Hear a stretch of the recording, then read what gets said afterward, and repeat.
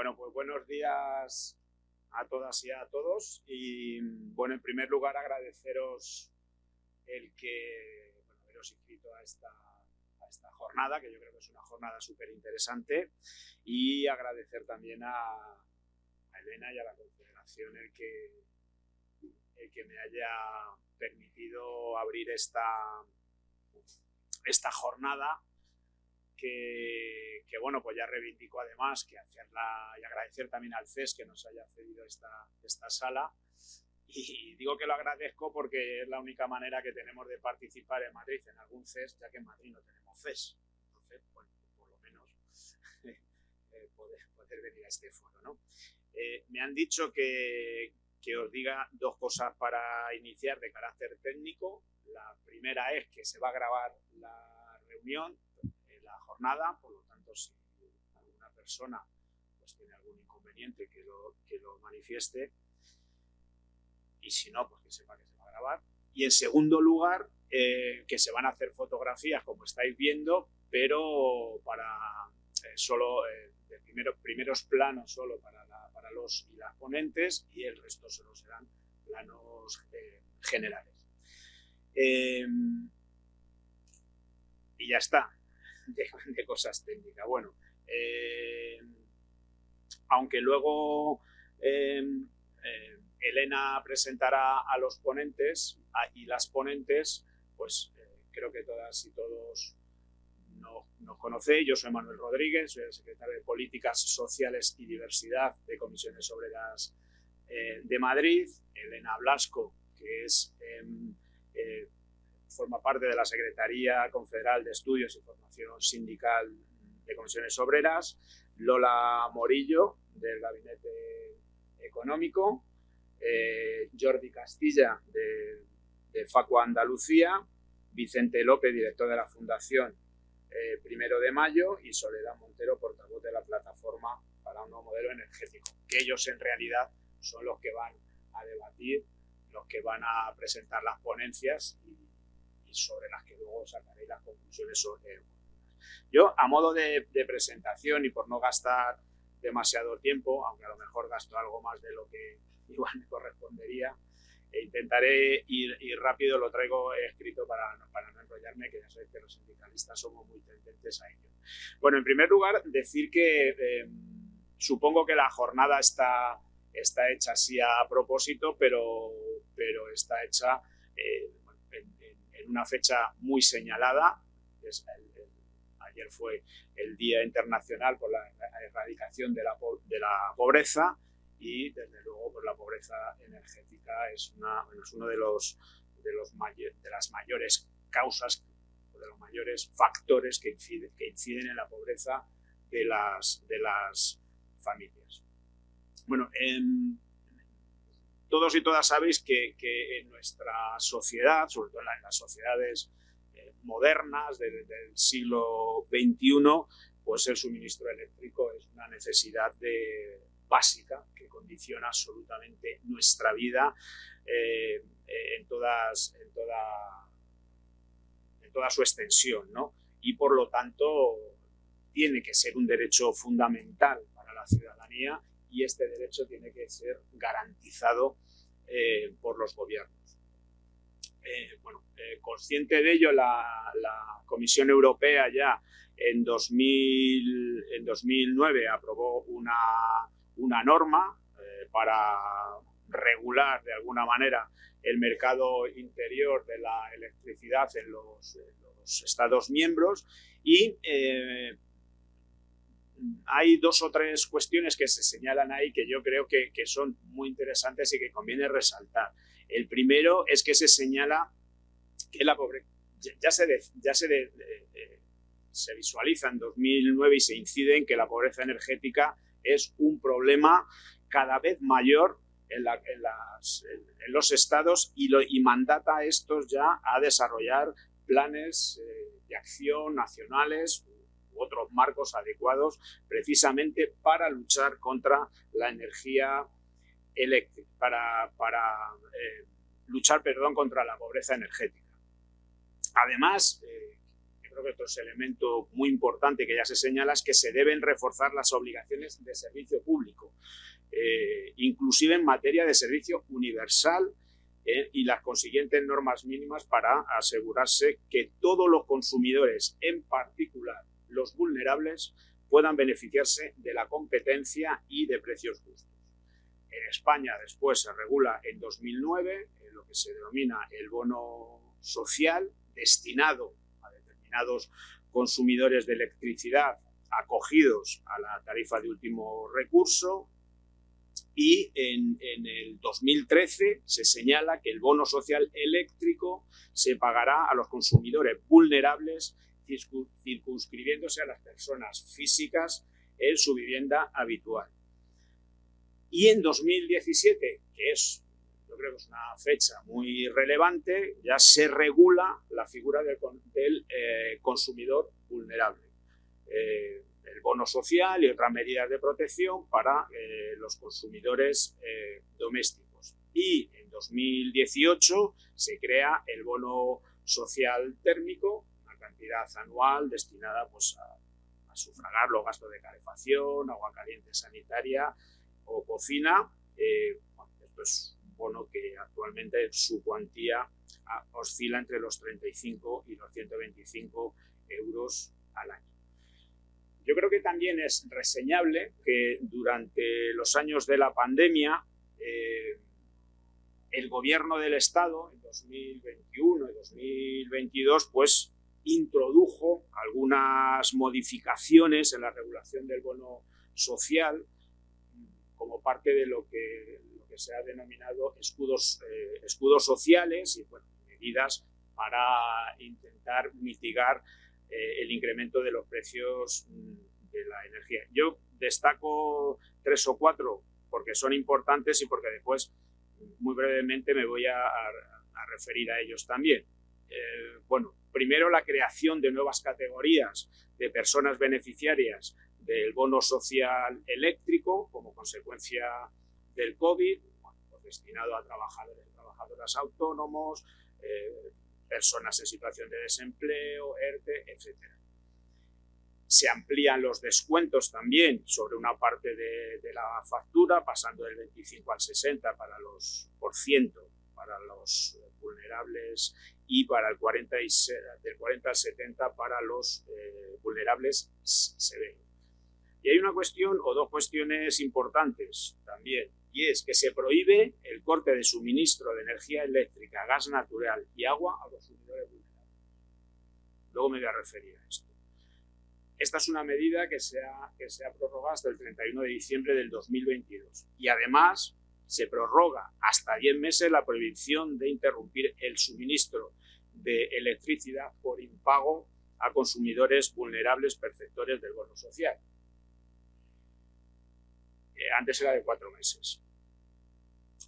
Yo, con todas estas cuestiones planteadas así, ¿no? Brevemente, sobre cómo el Estado, los gobiernos, el de ahora y los anteriores del PP, cómo han ido regulando esta protección, ¿no? Y si esta protección es suficiente o no. Y algunos datos que damos desde Comisiones Obreras en un informe que se ha hecho que me parece muy relevante y que hay que leer. En España, en la actualidad, hay 2,5 millones en riesgo de pobreza y o exclusión social si lo referenciamos a la tasa AROPE que mide el riesgo de pobreza o exclusión social. 1,5 millones de esos están aquí en la Comunidad de Madrid, aunque el señor Osorio no los vea, pero están. Además sabemos dónde están. El informe también dice que han recibido ayuda del bono social en toda España aproximadamente o casi 600.000 hogares vulnerables, 570.000 vulnerables severos y 4.000 familias en riesgo de exclusión social. A estos datos me gustaría añadir otro. Ayer presentamos el informe de pobreza de la Comunidad de Madrid desde Comisiones Obreras, en el que no voy a incidir mucho, pero sí señalar, ¿no?, la cronificación de la pobreza en Madrid. Como dije antes, 1,5 millones de personas en riesgo de pobreza y exclusión social en la región más rica de España es algo absolutamente inaceptable, y sobre todo teniendo en cuenta que esa pobreza se incide muchísimo en los menores de 29 años y sobre todo en los y las menores de 29 años y sobre todo en las mujeres. Por lo tanto, bueno, una cronificación que tiene que ver con 27 años de políticas del Partido Popular. Decía que en ese informe además señalábamos un dato que es demoledor, y es que el gasto en electricidad, gas y otros combustibles en la Comunidad de Madrid, esto no creo que sea muy diferente al de otras comunidades autónomas, ha pasado de 81 euros de media al mes en 2020 a 151,40 en agosto de 2022. Prácticamente bueno, se ha duplicado ese gasto, ¿no? Y esto tiene mucho que ver, lógicamente, con algunas de las cuestiones que yo creo que se tratarán seguramente en esta jornada. El propio Ministerio para la Transición Ecológica, en la Estrategia Nacional contra la Pobreza, señala ya 3 o 4 elementos que yo creo que hay que tener muy en cuenta. La población que no puede mantener su vivienda en invierno a una temperatura adecuada ha pasado del 7,6 al 10,9. Es decir, se ha incrementado aproximadamente en 1,6 millones de personas. La población que ha tenido retrasos en las facturas de suministros de la vivienda ha pasado del 6,6 al 9,6, es decir, 1,4 millones de personas más. Dice el Ministerio que en España hay entre 4,5 y 8 millones de personas en pobreza energética. Y señala además que en número de hogares, asumiendo una media de 2,5 personas por hogar, el intervalo estaría entre 2 y 3 millones. Claro, hemos dicho antes, no lo hemos dicho, pero si lo sumamos, el número de beneficiarios está en torno, del bono, está en torno a 1,2 millones de personas.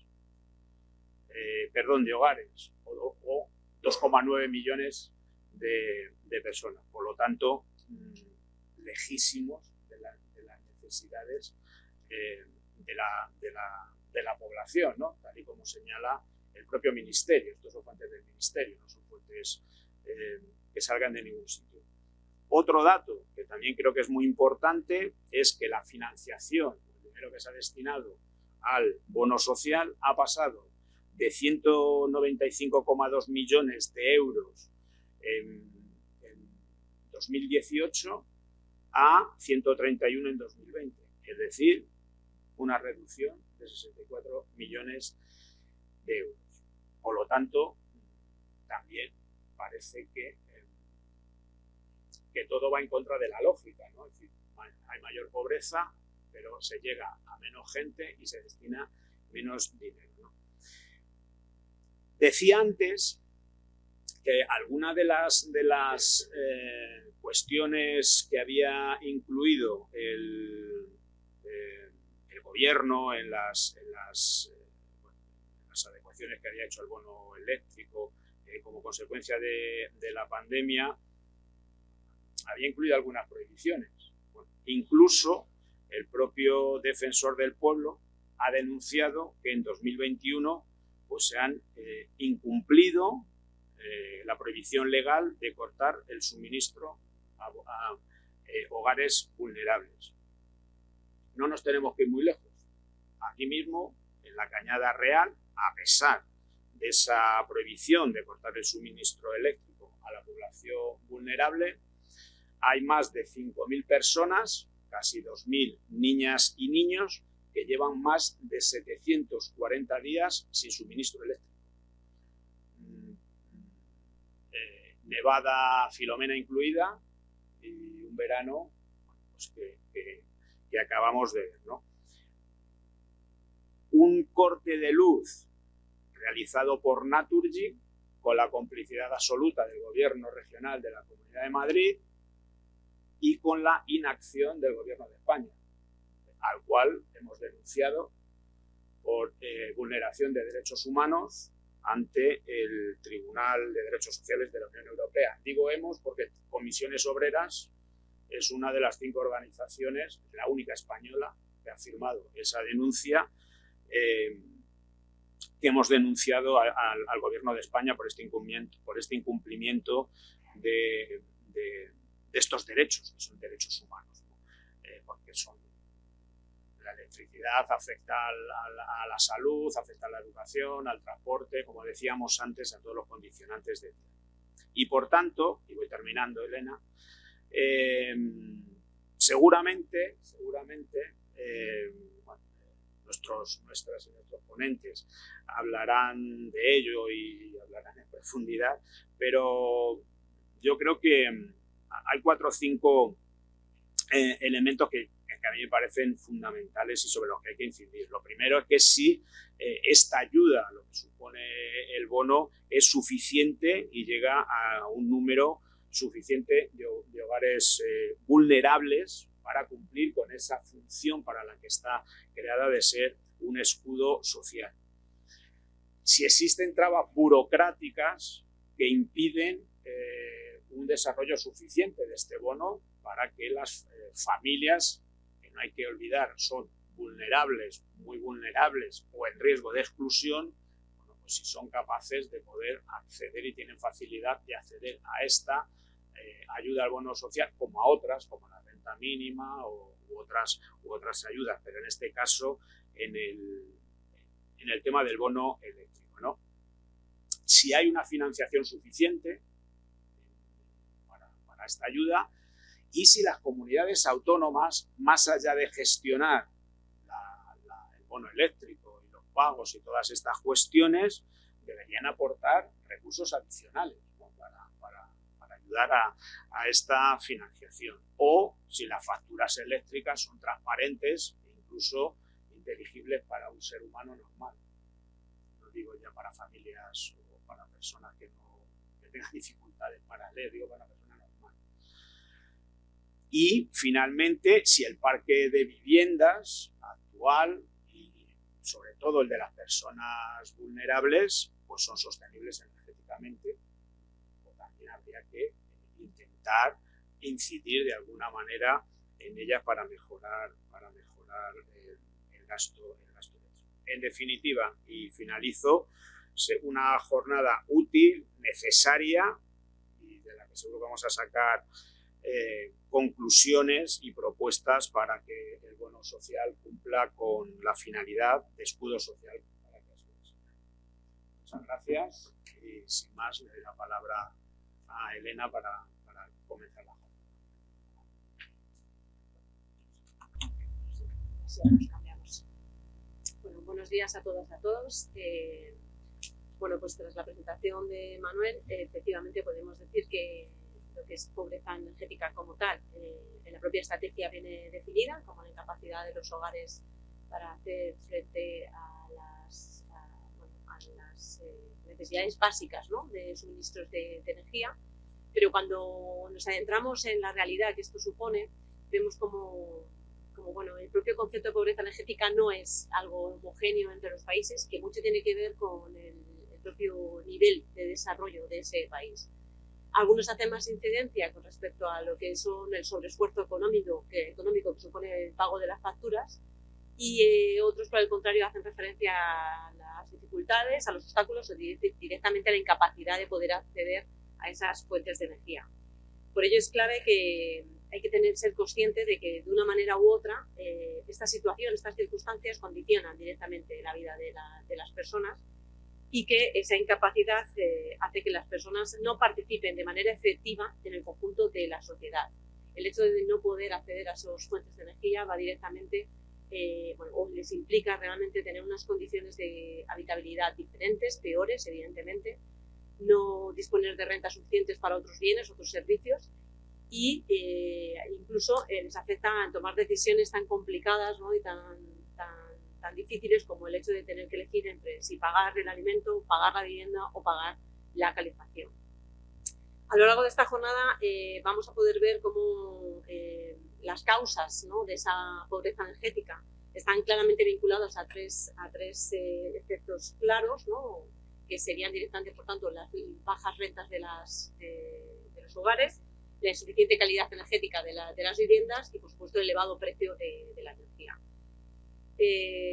Podríamos decir, por tanto, que la pobreza energética se engloba, o es, mejor dicho, es una manifestación más de un concepto mucho más general, que es lo que se llama pobreza y exclusión social, que cada vez, como decía Manuel, es mucho más abundante y cada vez es mayor en el caso de España y, por supuesto, de la Unión Europea. Por tanto, conocer la dimensión de esa pobreza energética, actuar contra ella, reducir las personas que al final están afectadas por la misma, pues es un deber claramente ineludible de la agenda pública, pero sobre todo de conciencia social. De todo esto y de mucho más vamos a hablar a lo largo de esta jornada, que voy a pasar a presentar gracias a las personas que nos acompañan en el debate, y que paso a presentar por orden de intervención. Lola Morillo Balado, doctora de Sociología por la Universidad Complutense de Madrid desde el 2009, máster en Relaciones Laborales por la London School of Economics, pues socióloga de la Confederación Sindical de Comisiones desde el 91. Anteriormente trabajó en el sector de investigación social y de mercado, primero en el Departamento de Publicidad de Renfe y posteriormente en Inglaterra, la multinacional Millwall Brown. Ella hablará directamente de al final da el título a esta ponencia sobre el bono social eléctrico, su regulación, su alcance, la protección y los problemas en su aplicación y, por supuesto, las propuestas de comisiones para mejorarlo. Jordi Castilla López, licenciado en Derecho por la Universidad de Sevilla, abogado en ejercicio, secretario general de FACO Andalucía, miembro de su departamento jurídico, árbitro de las juntas arbitrales de consumo, especializado en el sector energético, presidente en funciones del Consejo de las Personas Consumidoras y Usuarias de Andalucía, consejero del CES de Andalucía, y yo sí tiene, y miembro de los órganos del Consejo Andaluz de Consumo, entre los que se encuentra el sector eléctrico. Además, ha impartido varias clases, varios cursos en varias universidades de Andalucía, referentes además con este tema que hoy vamos a abordar. Su ponencia va a ir, bueno, pues en principio las limitaciones, ¿no?, de la estructura actual del bono social y los planteamientos desde el ámbito de los consumidores, bueno, pues para garantizar, ¿no?, el acceso suficiente al suministro esencial para toda la población. Vicente López Martínez, director de nuestra Fundación del 1 de Mayo, licenciado en Economía y Ciencias del Trabajo y profesor asociado del Departamento de Sociología y Antropología Social de la Universidad de Valencia. Él va a presentar el proyecto de Energía Justa para Todos, un proyecto que une preocupación social, dirección y responsabilidad política en la transición energética y ecológica. Y por último, y no menos importante, Soledad Montero Linares. Sole, a partir de este momento, así me lo ha pedido ella, es activista energética, en este momento presidenta por la Plataforma por un Nuevo Modelo Energético, de la que es miembro desde su fundación, prácticamente, bueno, de hecho lo es, ¿no?, desde el 2012 justo. También integrante de Ecologistas en Acción, en el área de energía, y una de las impulsoras de Alianza contra la Pobreza Energética, en este caso de Madrid, además, y socia fundadora de 2 cooperativas de energía, una en Andalucía y otra en Madrid, trabajando por el derecho a la energía para acabar con el estigma de la pobreza energética. Su ponencia, si mal no recuerdo, es un poco también en el ámbito de suministros esenciales, las circunstancias y las condiciones económicas de las individuales, que no debería ser un condicionante al final para poder tener acceso a ellas. Os recuerdo que tenéis 15 minutos cada uno y que posteriormente comenzará el debate donde, bueno, pues en base a las preguntas que puedan surgir de la sala y si no, de las que yo dinamizaré, pues tenéis la posibilidad de ampliar vuestras intervenciones. Muchas gracias.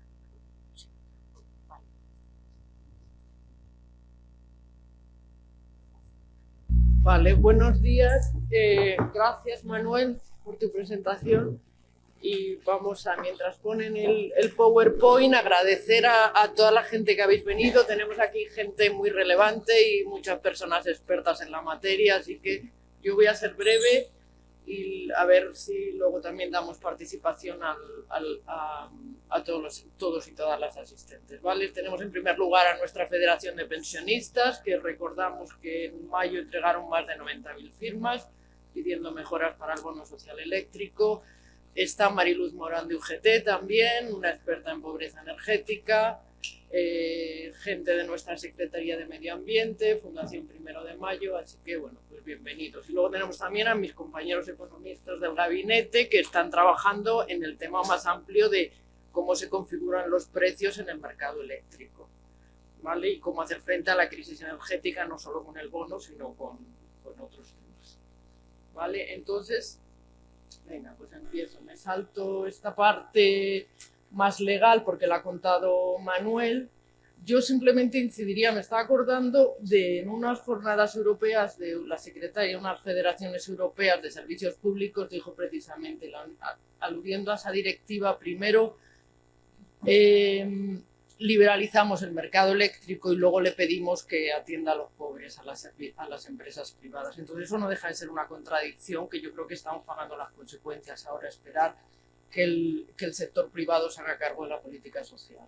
Entonces parece que ahora estamos en un cambio de paradigma, hay que regular más del sector público el sector energético y entonces ¿qué hacemos con estas políticas sociales? ¿Quién las lleva? ¿Las sigue llevando el sector privado o debe el sector público tomar las riendas? Entonces, iniciativa, esto lo ha contado Manuel, cuadros comparativos del precio de la luz, ¿no? Que aquí es donde vemos en enero dónde estaban, enero-febrero 2021 sobre los 50 euros megavatios hora y luego cómo se ha disparado, alcanzando un máximo en marzo de 2022, ¿no? Que son los ejemplos que hemos utilizado en nuestro documento. Vale, entonces yo voy a ser muy breve, solo voy a hablar de los problemas que hemos detectado y de posibles soluciones. Y todo está en el documento este del bono social eléctrico, donde está todo explicado y está colgado en la web de comisiones. Vale, entonces, si empezamos, no cubre a toda la población que lo necesita. Ya lo ha mencionado Manuel, las cifras que hay. Luego, yo creo que es importante vincular es el bono social eléctrico con nuestras políticas sociales, con toda la estrategia de pobreza en general. O sea, no podemos estar hablando tener 20 definiciones de población vulnerable, una estrategia por un lado, la encuesta de condiciones de vida por otro, el AROPE. Entonces ahí hay que homogeneizar y sobre todo también tener claro quiénes son las personas más necesitadas, ¿no? Porque si hay ayer en las cifras que salían en el Día contra la Pobreza, gente en pobreza severa, tenemos casi 5 millones de personas, la mitad de los pobres definidos según gente que está el umbral de pobreza que se marca, pues casi la mitad de ellos están en pobreza severa, lo que significa es que viven una sola persona con 400 y pico euros al mes. Vale, segundo problema, los límites máximos de energía no se adaptan a los consumos reales. Ese es uno de los grandes problemas del bono social. Y estos días, yo se lo he oído hasta 3 responsables políticos que anuncian las modificaciones que se van a aprobar hoy, las venden como si los descuentos del bono social fueran sobre el total de la factura, nada más lejos de la realidad. Pero no solo eso, sino que yo creo que es un mensaje además que puede tener un efecto boomerang y al final lo que puede crear es rechazo social. Si la gente se cree que con el bono social, que además, eso lo comentarán luego nuestros pensionistas, ahora están cargando una parte de la factura, parece un concepto que es financiación del bono social, si la gente se cree que el bono social está financiando esos porcentajes de mejoras. Si lo estuviéramos haciendo, vale, pero no es así. Se financian unos topes de electricidad, de los que luego hablará Jordi, que no se corresponden con los consumos medios. Vale, entonces nosotros en nuestro documento hicimos una estimación con 2 casos, 2 perfiles medios. Entonces uno de ellos era para una vivienda con agua caliente por gas y por calefacción por gas, el bono social cubría entre el 40 y el 100%. 100% si eres familia numerosa, porque las familias numerosas tienen un porcentaje de energía unificado más alto, un tope de energía unificado más alto. Pero si una vivienda tiene calefacción eléctrica y todos los consumos electrificados, el bono social, la cobertura del bono social en el mes que más ha costado la electricidad, que fue en marzo de 2022 con el PVPC, entonces la cobertura es mucho menor. Estamos hablando entre el 5 y el 20%. Entonces, ese es el tipo también de análisis que necesitamos, saber cómo es la calefacción, cómo cubre sus necesidades de calefacción y energética en la población española y cuáles son los prototipos. Y en función de eso, vemos cómo adaptamos las ayudas públicas.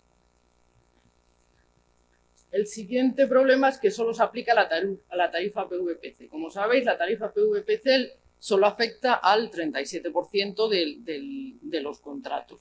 O sea que tenemos un 63% que está en el mercado libre. Y lo peor de todo es que mucha gente no sabe, también un porcentaje alto de gente, como 2/3, no sabe diferenciar entre una tarifa y otra. Bueno, luego esto nos lo ha hablado también Manuel, las trabas burocráticas. Necesitamos procedimientos, los criterios de renta tienen en cuenta la última declaración de la renta, pero tal como está el mercado laboral, si tú desde que hiciste esta declaración, yo tenía trabajo en junio, pero en enero me quedo sin trabajo y hasta junio que viene eso no va a quedar reflejado en mi declaración de la renta, ¿qué pasa en esos meses de pobreza extrema sin ningún tipo de ingreso? Hay dificultades para justificar los criterios de renta, dice la encuesta del CIS de opinión pública, de opinión fiscal, que hay un 17% de la población que no está obligada a hacer la declaración de la renta.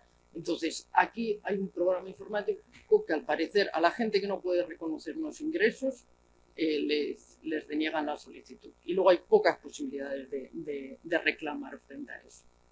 Que por eso de no está, decíamos, no está configurado como un derecho del consumidor. O sea, no hay donde reclamar y decirte si te mandan a los organismos de consumo las comunidades autónomas, que a su vez dicen que ellos no tienen información para eso.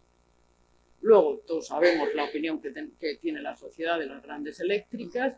Y luego tenemos muy poca información sobre el bono social. Se publican muy pocos datos, cada vez menos. Ahora mismo se hizo los grandes cambios que se han hecho en marzo con la ampliación, la automatización para los perceptores del ingreso mínimo vital. Se supone que eso se incrementaba en 600.000 personas. Estamos en marzo, 3, 10, 7 meses después, no sabemos qué ha pasado ahí. El propio gobierno, en el documento que ha sacado estos días, de Más Energía, plan de Más Energía, sigue hablando de estimaciones. O sea, es que parece que ni el propio gobierno tiene cifras de si esas medidas que ellos han impulsado se están aplicando, ¿no? Y los últimos datos del boletín eléctrico de la CNMV, que es donde están los datos de beneficiarios del bono social eléctrico, son de marzo de 2022. O sea que no. Y en estas mismas fechas, el año pasado, esos boletines daban datos de mayo. O sea que parece que también hay un intento de ocultar un poco qué es lo que se está haciendo con el bono. Más, entonces, ¿qué proponemos? Extender la población cubierta. Habría que automatizar la solicitud y asegurarnos que llega a quien más lo necesita también, porque te pones a ver las estadísticas las del año pasado, porque este año hay como una especie de apagón estadístico. Hay menos datos todavía en los últimos datos que los que había el año pasado. Pero si ves las cifras de vulnerables y vulnerables severos beneficiarios, son un poco... O sea, que van en contra de los datos de pobreza. O sea, pensionistas hay muy pocos, hay muchas unidades familiares sin menores, por ejemplo, que curiosamente son las que tienen un porcentaje de electricidad menos bonificado. Entonces, claro, tú piensas, bueno, esto es casualidad. Y entonces eso, mejorar la protección que ofrece, lo que hemos dicho antes, tener en cuenta los consumos reales y los factores que influyen. Entonces, tipo de calefacción que tiene la gente, la zona geográfica, y había otra más que no me acuerdo ahora porque está en el documento. Luego, hay que establecer descuentos proporcionales a los diferentes tipos de consumo y la evolución del precio. O sea, en una época de tanta incertidumbre, de tanto cambio de precios como hay ahora, tiene que haber mecanismos ágiles para establecerlo, para ir cambiando la protección según cambia el escenario. Y hay que evaluar periódicamente su eficacia, ¿no? Esto es un tema básico, ¿no? del proceso político, ¿no? Se plantea una política social, se definen unos objetivos, una financiación, y luego, si no se evalúa, no sabemos si estamos llegando o no estamos llegando. Pero hay que evaluar, además, aquí hace falta una evaluación muy básica, ¿no? Porque yo estuve, me acuerdo, hace unos meses en una jornada que vino hasta un premio Nobel para hablarnos de proyectos de evaluación que imitaban a los proyectos médicos y entonces hablaban de aleatorización, de grupos de control, pero es que no hace falta, en este caso es todavía mucho más básico, o sea, no hace falta llegar a ese tipo de sofisticación, basta con que nos publiquen los datos. Luego, mejorar el procedimiento de solicitud, oficinas públicas, todos sabemos que asesora a la industria, y la industria asesora, pues tira para su propio terreno, y luego hay que dar una mayor participación pública, o sea, esto tiene que tener mayor control público. Y ya está, y aquí ya no me meto. Aquí no me meto mucho más porque y es un poco redundante y lo van a contar mis compañeros. Pero sí quería incidir, por ejemplo, en el grupo este de las personas en exclusión social. Son 4.000 según las estadísticas. Se supone que sería el grupo más necesitado. Sin embargo, es testimonial el número de personas que se benefician de ese grado de protección. Y ya tarifa social, sí, eso que nos cuente algo Sole. Y luego el tema del sobreendeudamiento, que también lo vas a tocar tú, ¿no? Vale, pues eso, sobreendeudamiento, o sea, la gente que hemos visto, por ejemplo, el ejemplo que hemos utilizado en el informe de alguien con una calefacción eléctrica en la Sierra de Madrid que tuvo una factura de 520 euros en marzo pasado, frente al año anterior que fueron 160 euros con el mismo consumo, esa persona, que es una persona vulnerable, ha acumulado una deuda de miles de euros en la electricidad al cabo de este año.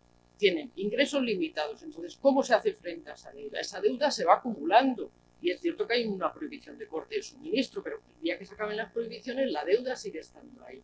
Entonces, ¿cómo la gente en situación de pobreza puede asumir esa deuda? Una deuda que ellos no han generado, además, o sea, que es por circunstancias ajenas a ellos, ¿no? Y ya está, ya no tengo más.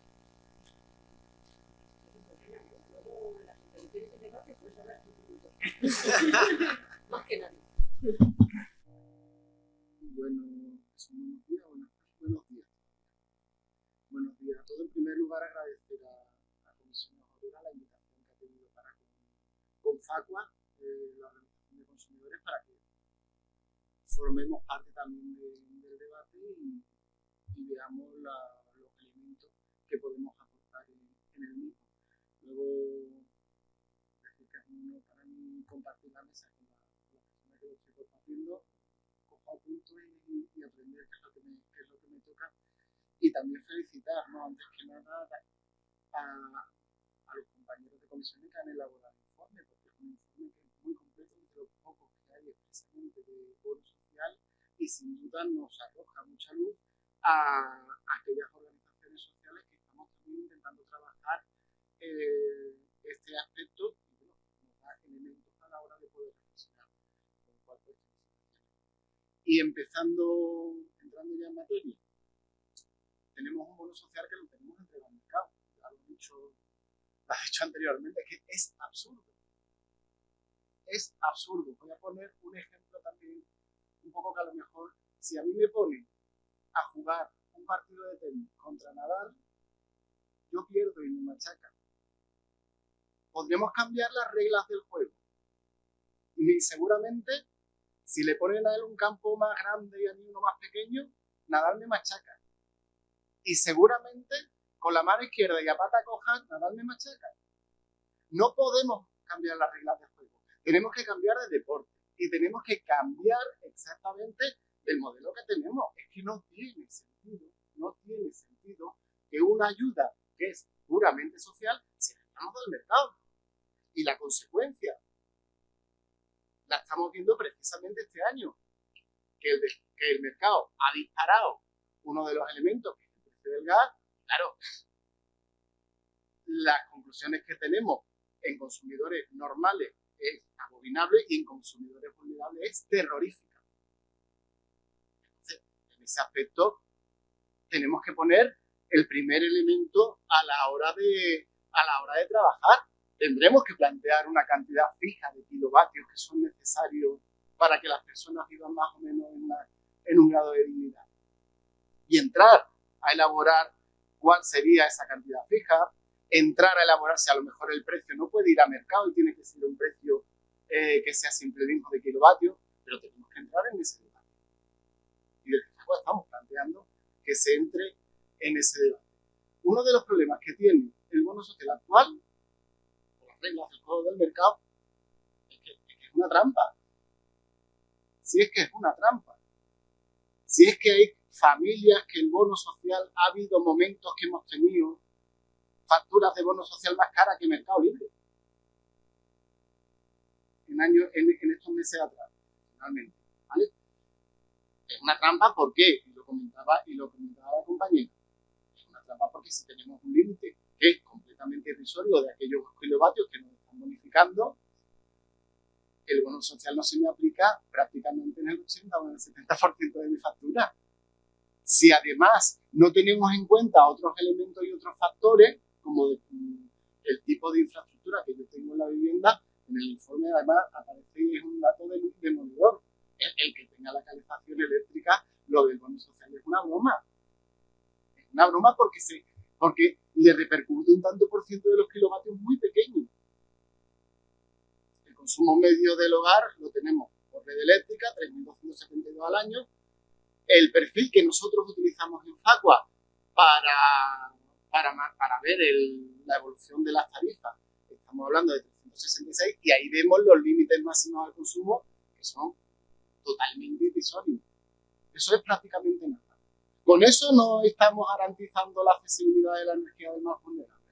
Con eso estamos poniendo parches. O como decía anteriormente, dejando a Federer que juegue con la pata coja, pero poco más. Las nuevas medidas que ha anunciado Pedro Sánchez, que la tendremos que ver cuando la tengamos negro sobre blanco, hablan de un 15%. Un 15% de lo anterior sigue siendo absolutamente insuficiente. Son datos objetivos. Y se ha planteado con los datos de consumo medio, tanto del perfil nuestro, o un dato más objetivo como podría ser el de red eléctrica. Nosotros proponemos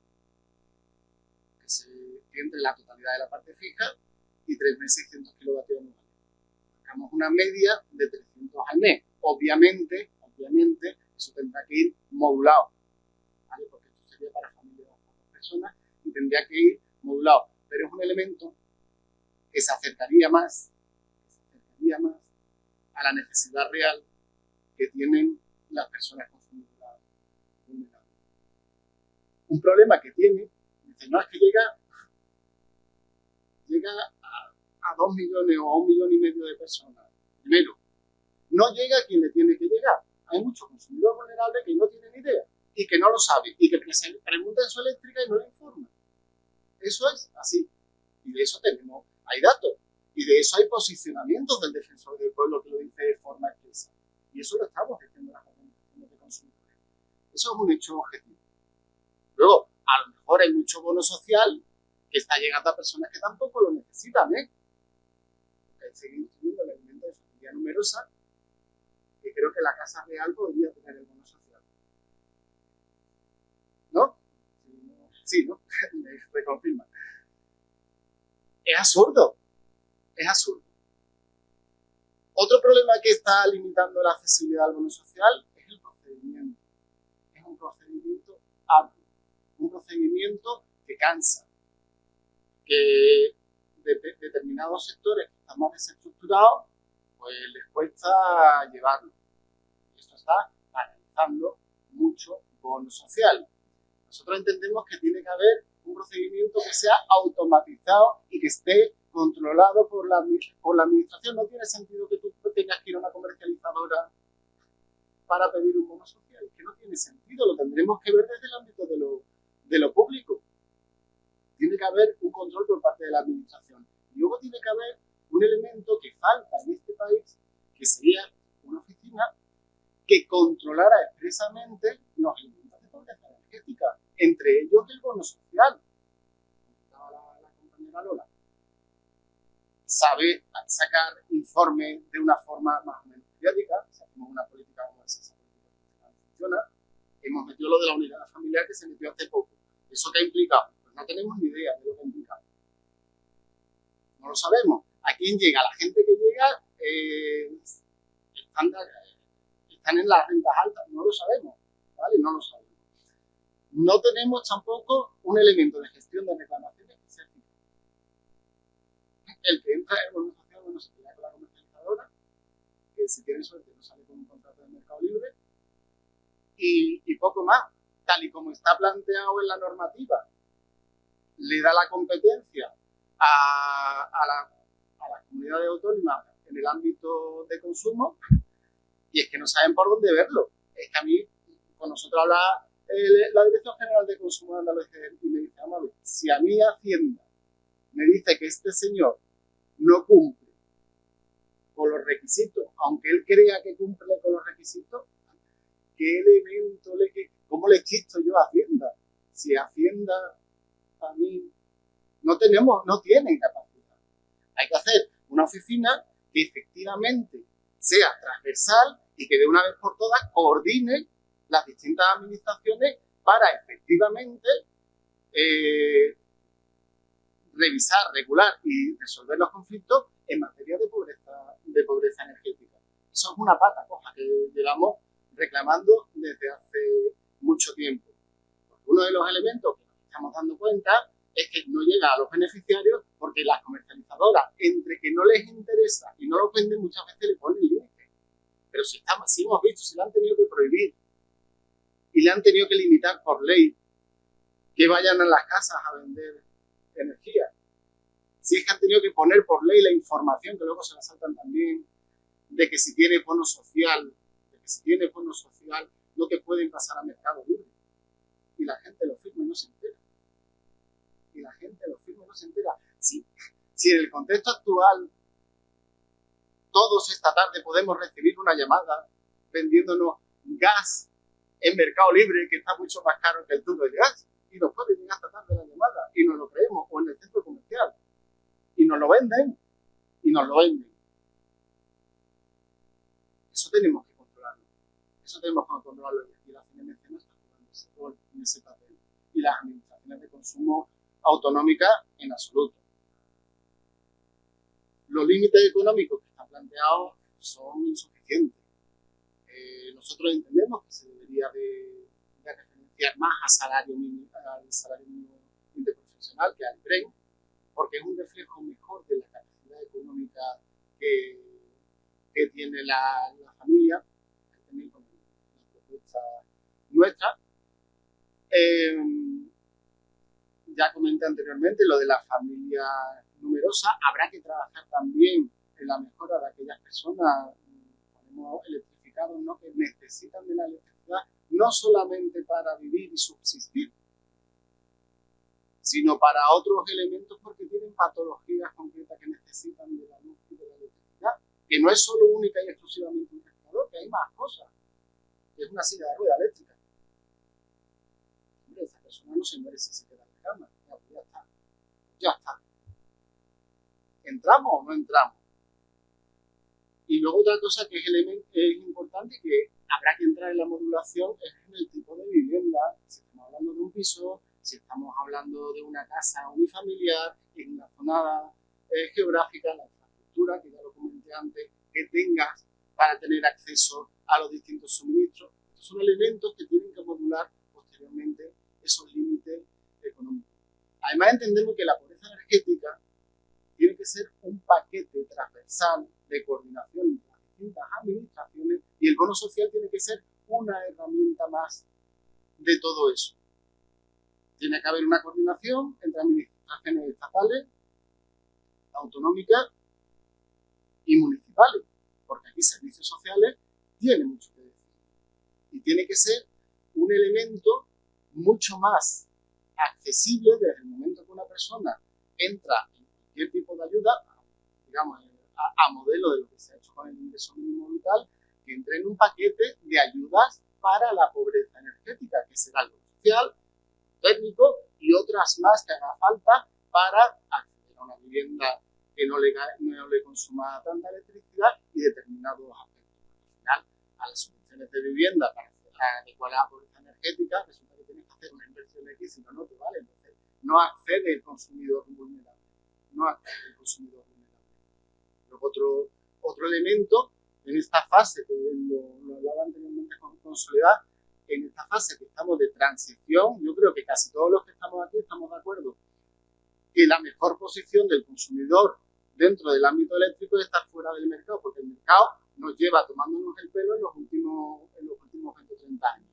Entonces, lo mejor es estar fuera del mercado. Para estar fuera del mercado, ahora mismo lo mejor es el autoconsumo. Pero ojo, el autoconsumo, el vulnerable, no lo venís de lejos. Tendremos que potenciar que haya comunidades energéticas y tenemos que potenciar que haya comunidades energéticas dentro del ámbito de lo público para que efectivamente ese consumidor vulnerable acceda a esos kilovatios dentro de un precio razonable o dentro de unas capacidades razonables. El bono social térmico, tal y como está concebido, es etéreo, y luego una locura a nivel de procedimiento, porque cada comunidad autónoma está haciendo lo que le da la gana, no está haciendo nada, y luego también hay una reivindicación. Y eso lo pone el artículo 10.5 de la norma. Oye, que las comunidades autonómicas también pueden apechugar, que también se permite que haya una aportación en el bono térmico por parte de las comunidades autónomas. Ninguna da el paso para adelante. Todas piden, no les gusta, pero todas piden a papá Estado, ¿no? Cuando es la contradicción, ¿no? Es la contradicción. Pero ellos, a la hora de poner, ninguna comunidad autonómica ha dado el paso adelante. De hecho, nosotros a Andalucía se lo hemos pedido ya 2 veces y seguimos, obviamente, con la callada por respuesta, porque sabéis lo que tenemos en Andalucía. Sabéis lo que hay. Entendemos que tiene que haber, lo que comentaba antes, una coordinación para la pobreza energética de las comunidades autónomas y también no lo pongo aquí, también de los ayuntamientos. Así como me ponía aquí ya la compañera un minuto, no voy a agotar el minuto, simplemente digo muchas gracias.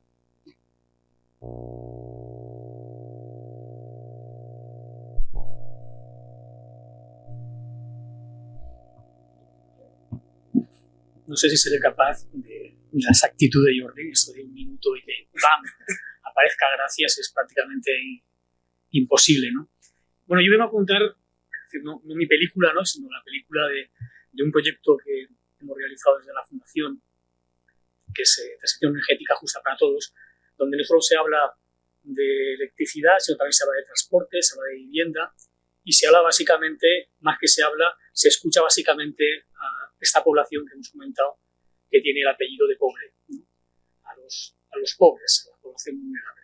Para ello, para no extenderme mucho, estos son casi 9 países europeos.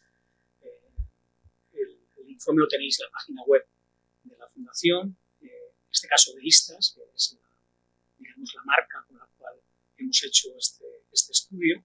Se hicieron 10 grupos focales que han pasado 116 personas en diferentes municipios españoles, incluida la España vaciada.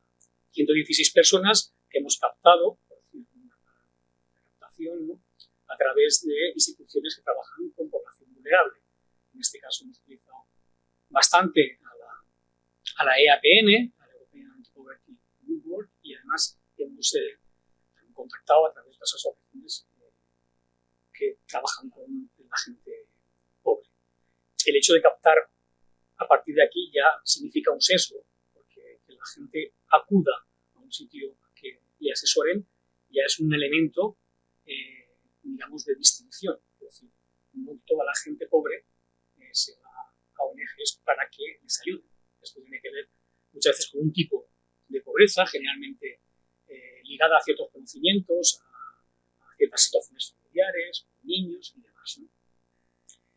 Los objetivos era saber lo que dicen, conocer qué opinan sobre sus problemas con la vivienda, con el transporte y con la energía, con la transición energética. ¿Qué opinan de la transición energética? ¿Por qué se hace ese estudio? Se hace ese estudio porque se tiene miedo a otra revolución de chalecos amarillos, de europeo.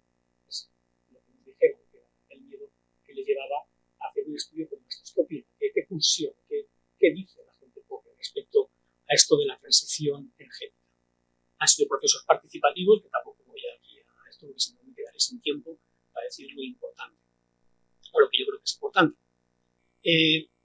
¿Qué tipo de perfil hemos tenido? Es curioso, hemos tenido una sobrerepresentación de gente pobre, la pobreza que tiene cada vez menos edad, una sobrerepresentación de mujer, una pobreza que tiene cara de mujer, inmigrantes, población urbana, gente con estudios. Bueno, la pobreza ya no es lo que tenemos en la cabeza que era la pobreza. La pobreza ahora es un chaval joven con estudios que está sin nada.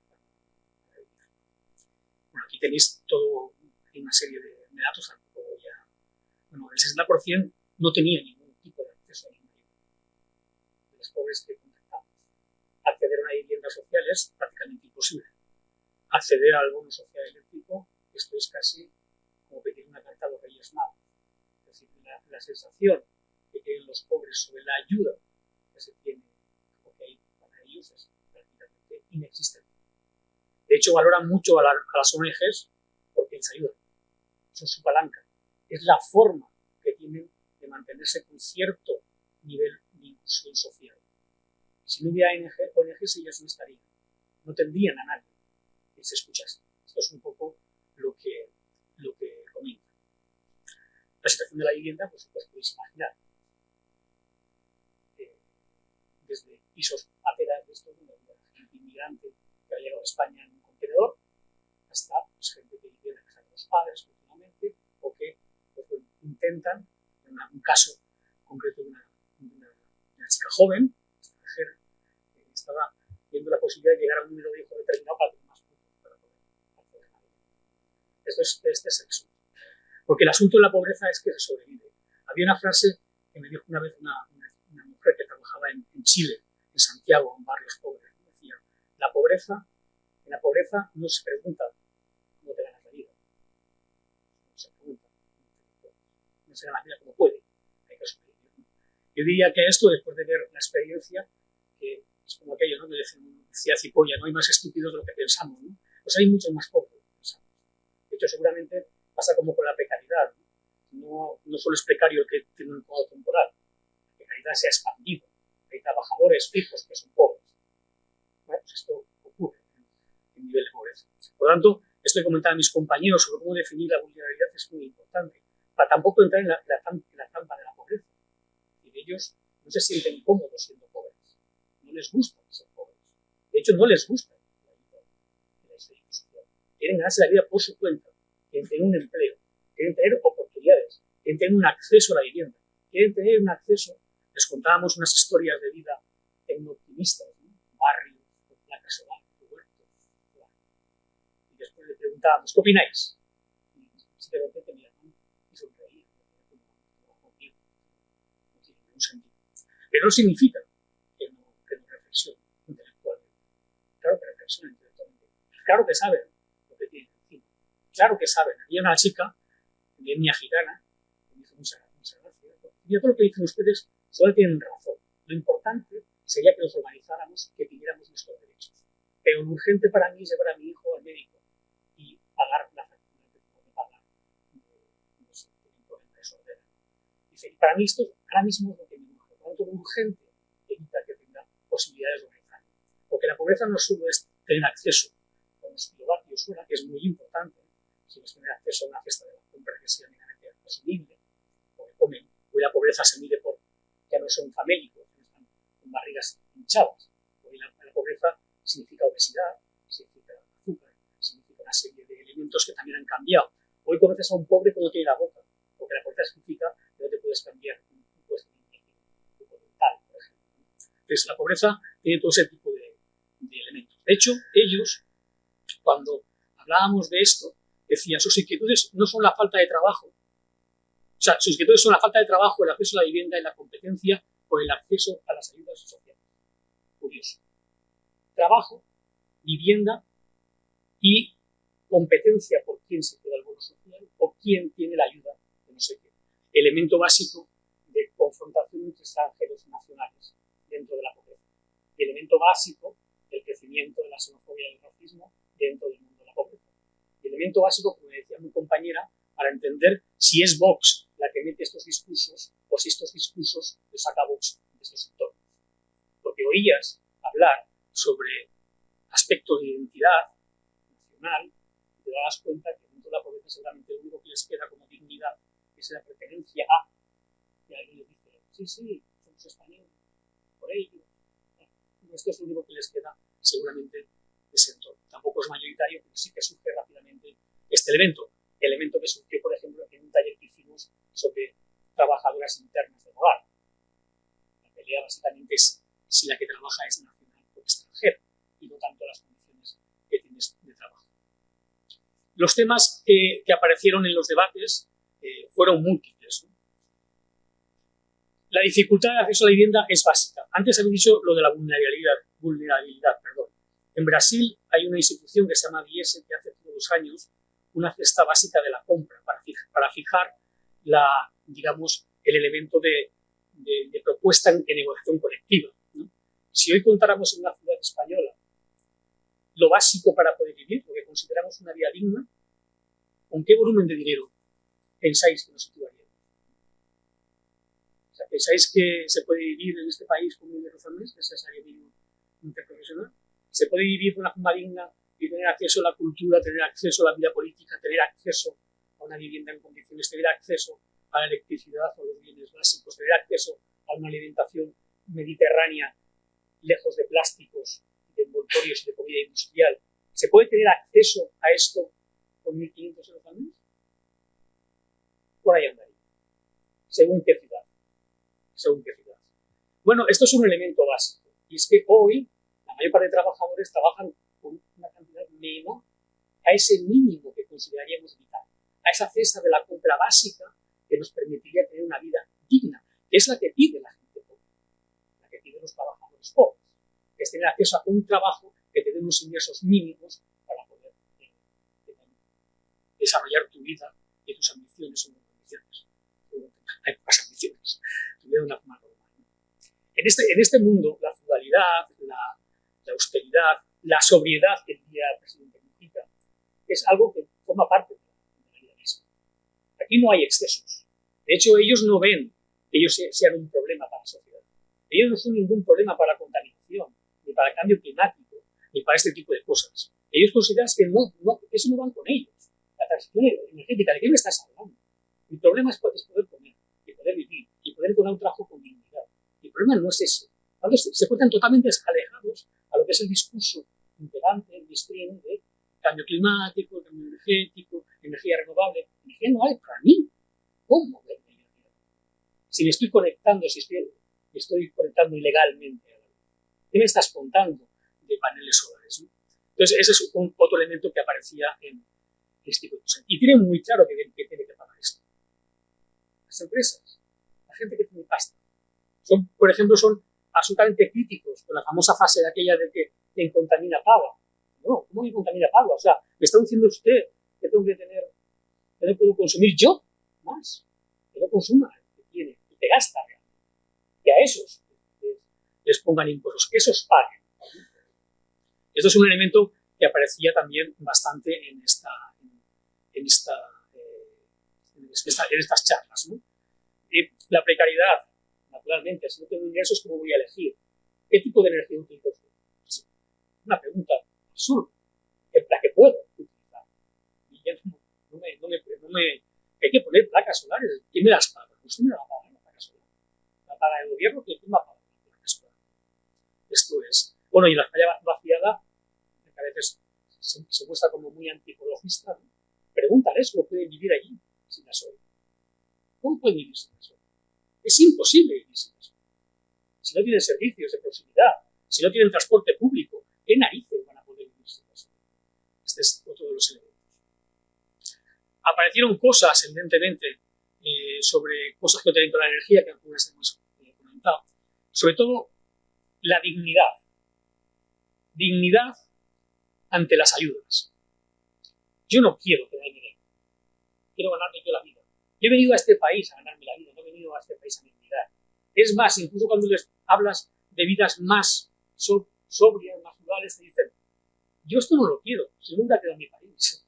Yo quiero otro tipo de vida. En cambio, la gente mayor, que estaba en los grupos, y decía, a mí esto me parece bien, porque yo de pequeña vivía así, y se puede vivir con menos, y se puede gastar menos. Por tanto, hay una lucha generacional interesante, es que la gente mayor tiene una visión mucho más, entre comillas, sostenible, la tiene la gente joven, que ni siquiera se plantea cómo puede llegar a hacer esto. La atracción por el discurso populista, perdona que lo repita, pero es que, vuelvo a decir, no sabes muy bien si Vox escucha lo que dicen en los bares del barrio marginal, pues que Vox les indica eso. Creo que es al revés. Escuchan esa historia. Desconfianza en la clase política y en la administración central, absoluta. La lejanía, incluso del lenguaje. El lenguaje. Voy a pasar a esto porque si no, no hay tiempo. Y la Elena va a echar una bronca. Ahí está la cosa. Aquí tenéis casos particulares, ¿no? Las recomendaciones que hicieron los expertos pasaron por esos grupos y esos grupos los priorizaron, ¿vale? Y aparecen todos los que habéis dicho anteriormente, aparecen todos los con algunas notas que ellos consideran importantes. Por ejemplo, para ellos el primer elemento sería algo así como lo que ha dicho Jordi. Tarifa social. Mínimo vital. Que todo tenga acceso a un mínimo vital de energía. Punto. O sea, es como la salud, como la educación. Es básico. Tenemos que tener acceso a un mínimo acotado, limitado, que sea sostenible. Lo tenían clarísimo, porque para ellos eso es tener muchísimo más de lo que tienen. Pero, ¿y quién tiene que financiar esto? ¿Quién tiene pasta? Yo comentaba antes a Sol. Es muy sencillo. Mínimo vital. A partir de un cierto consumo, leña al mono. Y contra más consumes, más leña al mono. Y se financia todo el consumo. No hay ningún puta. Puramente redistributivo. Cualquier medida tiene que ser redistributiva en términos de renta. Porque no es verdad que ellos que tienen el coche a gasoil, los que tienen, no lo tienen, ellos no tienen por qué pagar la transición energética. No es una cosa que vaya con ellos, ¿no? Y después, lo que comentabais, imposible sacar el social, hace falta información. Y cuando les hablabas, porque aquí están, las frases están tocadas, retocadas, porque les decías las frases de los expertos y decían, ¿qué me está diciendo usted? No entendemos ese castellano. O sea, decimos cosas que la gente no entiende, como la factura de luz, que no entiende nadie, pues decimos cosas que nadie entiende. Y después, bueno, el transporte no lo toco, Elena, para decir cuál me faltaba. Perfecto, ¿ves? Como Jordi. Muchas gracias. Muchas gracias, Vicente. Sole, cuando quieras. Vale. Pues yo, como no he traído presentación, no tengo que moverla. Lo que sí quería hacer es, lo primero, agradecer que nos hayáis llamado de comisiones, el informe, que es un informe magnífico de recopilación a mí me ha parecido como de un histórico desde que ha empezado el bono social o esa ayuda que se supone que sirve para acceder a un suministro esencial y básico como es la electricidad, y me parece un informe muy útil. Yo recuerdo, bueno, yo vengo en representación de la plataforma por un nuevo modelo energético y nacimos en 2012 y una de las banderas que más trabajamos es esa, la pobreza energética. Y yo recuerdo que en aquel momento, o sea, hace 10 años, no hace 100 ni 200, costaba mucho entender qué era la pobreza energética y nos la comparaban, bueno, es que no existe, o sea, no querían distinguir la pobreza energética de la pobreza. La pobreza es pobreza y me da igual el apellido que le quieras poner. Yo realmente al principio compré ese discurso hasta que me di cuenta de que no es cierto. Una cosa es ser pobre y había gente que podía vivir porque, lo ha explicado muy bien Vicente, qué significa ser vulnerable, qué significa ser pobre. Ya vemos que me ha encantado esa frase, que la pobreza ya no es cosa de pobres. Es que en la pobreza ya vamos entrando muchos más. Entonces, entender que el suministro energético es esencial para una vida digna. Yo he llegado a comprar discursos de, bueno, vale, para energía para cocinar sí, pero ¿y por qué necesita la gente conectar el teléfono móvil y la batería del móvil o la batería de un ordenador? Y te das cuenta de que efectivamente se puede vivir sin móvil, se puede vivir sin ordenador, se puede vivir fuera de la sociedad, o sea, tranquilamente. Pero si quieres vivir en la sociedad, quieres encontrar un trabajo, tienes que acceder a través de Internet tienes que mandar tu currículum por correo electrónico, los niños tienen que hacer los deberes y tienen que trabajar con tecnologías de este siglo. Y bueno, pues algo tan sencillo como entender esto es lo que me hizo ver la importancia que tenía trabajar sobre la pobreza energética como algo aparte de la pobreza. Si la energía la consideramos un derecho, que lo es, de hecho, antes de la liberalización del mercado en el 97 para poder entrar en la Unión Europea, el servicio energético, el servicio eléctrico, se consideraba un servicio esencial, ahora se considera un producto de mercado. Tenemos que hacer que la administración pública se haga cargo de garantizar ese derecho. ¿Y cómo lo garantiza? Pues no lo sé, porque hasta ahora lo que nos dicen es que lo garantizan a través de un bono social. ¿Y qué es un bono social? Un bono social no es más que un descuento en tu factura, que no es suficiente, que no valora. Cuando nos quejábamos de que no valoraba entre las distintas características de las distintas familias o de las distintas personas que necesitaran, nos trajeron esa novedad del bono social para dividirlo entre consumidores vulnerables severos o en riesgo de exclusión social. Muy bonito, pero sigue siendo insuficiente y sigue no cubriendo las necesidades reales de las personas. Para que se pueda considerar un derecho, esto tiene que ser como la sanidad. Cuando tú vas al hospital, que yo sepa, no te miran la factura del hospital, de la renta, de nada. O sea, todos tenemos el mismo tipo de acceso. Bien, porque es un servicio esencial. Bien, el suministro eléctrico es un servicio esencial. Es lo que necesitamos para garantizar nuestra salud. ¿Por qué estamos con un nivel de vida mayor? Porque hemos llegado a alcanzar estas edades que estamos alcanzando. No es solo la sanidad, no es solo la medicina, no es solo el tipo de alimentación, que a lo mejor incluso hoy en día ya debería hasta cortarnos la vida porque la alimentación que tenemos es dramática. Es las condiciones en el hogar. Antes se vivía pasando frío, pasando calor.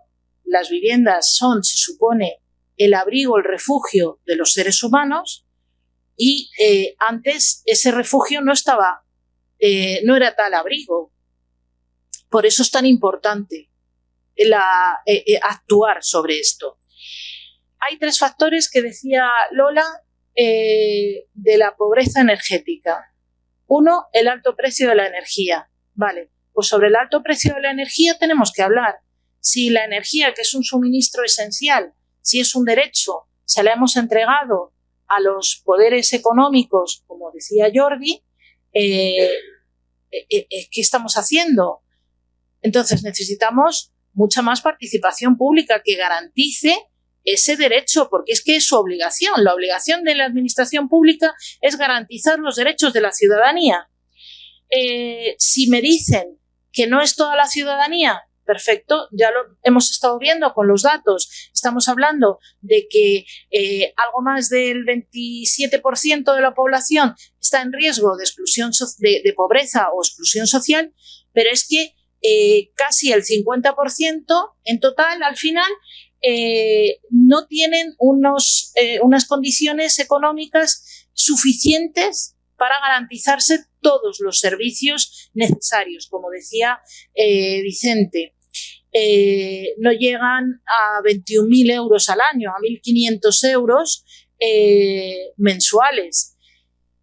Entonces, si estamos hablando que es la mitad de la población, perdona, pero me parece que es un tema no importante, sino trascendental, porque la otra mitad de la población no necesita ayudas, ya se ayudan solos. o esta sociedad o esta organización económica ya les ayuda. Ahora ayudemos a la otra mitad de la población, que es la mitad.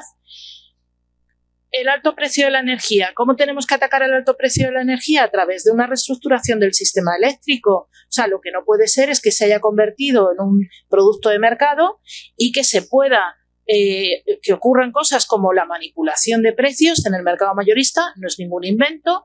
La CNMC ha abierto expediente sancionador a las 3 grandes empresas, Naturgy, Iberdrola y Endesa. La de Iberdrola ya tiene se supone que ya tenían que haber pagado esa multa de 25 millones que fue en 2013 y sin embargo, bueno, pues los tribunales lo que hacen es lo pasan por tribunales y estamos esperando a la resolución. Mientras tanto no han pagado nada. Estamos hablando del año 2013 y hay un expediente sancionador por manipulación de precio en el mercado mayorista. Pero Naturgy y Endesa tienen su propio expediente por el mismo tema. Esto es obvio. Hay que reestructurar el sistema. No valen parches de, bueno, pues cambiamos aquí o quitamos esto. No, es que tenemos que partir, como decía Jordi, tenemos que partir desde cero para empezar a transformar. Si otro de los problemas de la pobreza energética son los bajos ingresos, pues creo que ya sabemos dónde tenemos que actuar, ¿no? O sea, lo que no podemos permitir es los trabajos precarios y los salarios precarios. Si otro de los problemas es la rehabilitación energética, porque lo que hablamos es que nuestras viviendas son sumideros por los que se escapa la energía y con la energía se escapa nuestro dinero, es importante, no, imprescindible, necesario y urgente hacer que nuestras viviendas dejen de ser esos sumideros por el que se escapa la energía. Así que la rehabilitación energética es primordial. La rehabilitación energética en esa mitad de la población que no puede permitírsela, hay que hacerla desde las administraciones públicas, porque eso nos va a ahorrar a la otra mitad de la población no solo dinero, sino que además se va a ahorrar en medioambientalmente hablando, porque el problema que tenemos es que el planeta no está resistiendo nuestra producción. Así que son todo ventajas que van a ser difíciles de hacer entender a la población que no va a recibir esas ayudas, porque a todo el mundo le gusta recibir las mismas ayudas, pero me parece estupendo recibir las mismas ayudas si partimos de la misma base, pero no partimos de la misma base. No todos somos iguales. Cuando todos seamos iguales, podremos repartir de forma igualitaria. Yo tengo una esperanza también, como decía también Jordi, en las comunidades energéticas, y tengo una esperanza siempre y cuando haya inversión pública en esas comunidades energéticas y sirvan como una especie de islas donde la energía sea comunitaria y sea al precio real. O sea, ahora mismo, por ejemplo, el mercado mayorista no valora el precio real de la producción de energética, no valora el precio real. Tenemos un sistema marginalista en el que hay una subasta y hay una oferta y una demanda, y tú ofertas al precio no por lo que te cuesta a ti, sino se llaman costes de oportunidad. Es algo demencial. Luego, me ha parecido muy interesante lo que aportaba Lola sobre evaluar estas medidas. Hay que evaluar continuamente y evaluar muy rápidamente si están haciendo efecto o no, porque el bono social lleva un montón de años sin hacer efecto y parece que no lo evaluáramos. El Instituto Nacional de Estadística, recuerdo que hace muchos años tenía, pero muchos, un epígrafe que era sobre las condiciones de vida en las viviendas. Ha desaparecido. ¿Por qué? Porque no interesa. Y entonces han empezado a organizar poco a poco ACA ambientales, EAPN, las organizaciones de consumidores, comisiones. O sea, hay un montón de organizaciones civiles que han tenido que buscar la forma de hacer informes, de buscar esa información evaluar y ver para dar propuestas de mejora, propuestas de soluciones al tema. Otra cosa, por ejemplo, que me parece importante es que me ha encantado que haya una moratoria de cortes de suministro eléctrico. Ha estado muy bien, pero es solo una moratoria de cortes y de verdad es muy preocupante esa deuda. Además es una deuda totalmente ilegítima porque es una deuda de unas facturas a un precio que yo llamo inventado, porque no es un precio real, es un precio de oportunidad. Entonces, ese precio de oportunidad ¿lo vamos a tener que abonar? No lo entiendo. Es verdad que, por ejemplo, en Barcelona existe un convenio con la distribuidora, con Endesa, pero desgraciadamente eso se hizo ya hace algo más de un año y sé por las compañeras de la Alianza de la Pobreza Energética en Barcelona que no está resultando efectivo. Es muy triste. Y luego, otra de las cosas que me preocupa muchísimo para la pobreza energética es que aunque no todo el mundo tiene suministro de gas en las viviendas, hay 7.800.000, creo, no llega a 8 millones de viviendas de puntos de suministro gasístico frente a los 28 millones de puntos de suministro que hay en electricidad, pero es una parte muy importante. Esos suministros me preocupa que estén en mercado libre porque el precio del gas ha subido dramáticamente y tenemos una tarifa de mercado regulado que es la TUR, que nuestro gobierno lo que ha hecho es revisar que no se pueda subir.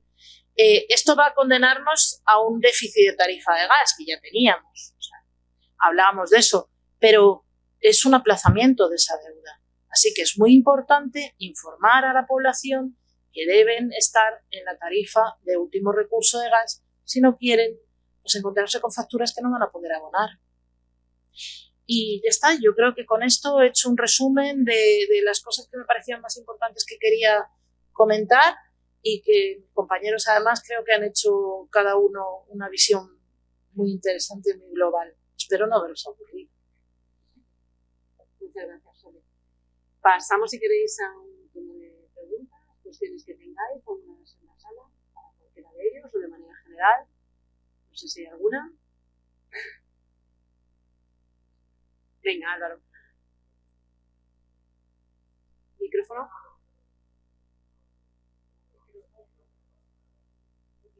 Por la grabación. No, ese no.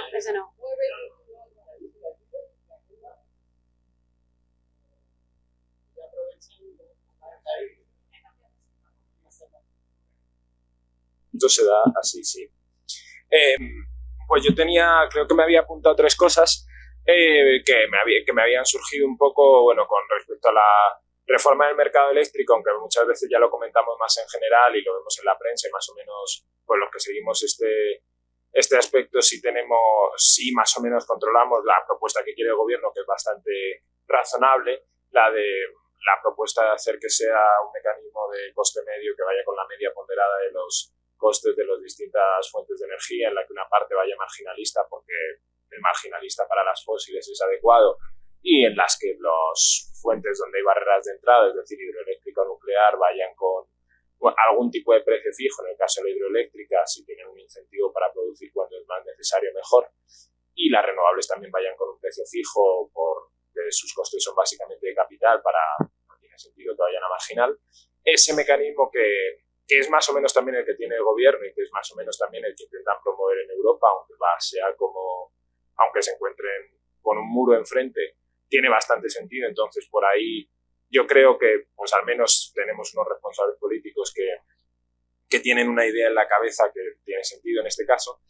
Y yo, aparte de eso, tenía un par de comentarios. Por un lado, me ha parecido súper interesante la parte de los focus group que comentabas tú, Vicente. Y lo que sí que pensaba era como un poco que A veces nos falta originalidad, yo creo, también a la hora de plantear ciertas cosas, como por ejemplo el quien contamina paga, porque siempre pues, conocemos, por ejemplo, los ejemplos de Canadá con la renta climática, que tú tienes efectivamente impuestos sobre el CO2 que hacen que todo el mundo pague por lo que consuma, y eso está bien porque te sube el precio de esas materias que quieres desincentivar y genera, pues eso, un mayor incentivo para todo el mundo para dejar de utilizar eso, pero después con los ingresos de esos impuestos se redistribuyen entre todo el mundo a partes iguales, de tal manera que efectivamente los más ricos, que son los que consumen más, acaban pagando la política y los más pobres acaban recibiendo, de tal manera que tienes simultáneamente un efecto de desincentivar el consumo y un pequeño apoyo de renta al final para los consumidores vulnerables o para la gente que consume menos. Entonces sí que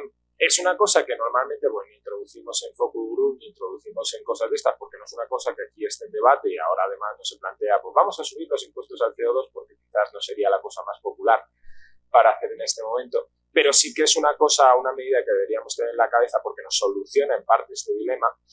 Y por último, yo también tengo ahí algún problemilla con la complejidad técnica de los consumos vitales.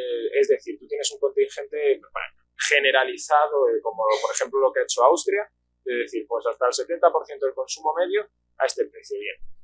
Pero el problema técnico que yo le veo a eso en un país como España, sobre todo en el que vamos a tener una curva de producción renovable que va a tener una acentuación muy bestia en los horarios de mañana, conforme vayamos teniendo más solar, y que lo que se ha intentado con la reforma de los peajes es precisamente, y que es cuando lo vuelvan a reformar para adaptarlo al perfil de producción renovable, es llevar la demanda hacia cuando haya producción y que no haya demanda cuando no hay producción. Eso es distinto, me parece difícil conjugarlo simultáneamente con un contingente final a lo largo del mes que consuma que este consumo va a ir a este precio y después el resto de lo que consumas va a ir a un precio por encima, porque eso no lo puedes hacer por horas.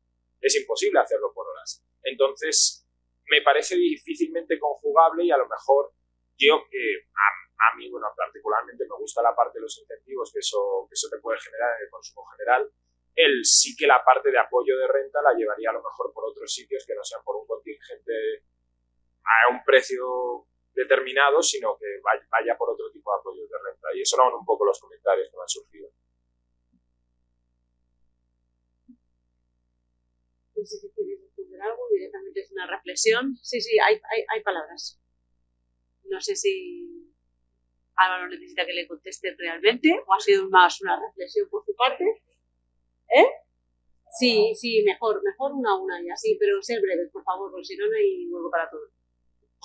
Bueno, yo la complejidad esta última, supongo que la habrá, de todas formas no la acabo de ver todavía, ¿no? O sea, porque es complejo fijar un nivel de consumo mínimo por hogar. O sea, no acabo de entender cuál es la complejidad de establecerlo. Seguramente es complejo en el sistema actual, que es lo que decía antes Jordi, del deporte que jugamos, ¿no? Si jugamos en el deporte de la economía de mercado puede ser complejo, si jugamos en otro marco más de intervención y más de aportar a la gente, de dar a la gente lo que necesita, igual, no sé, no le veo la complejidad.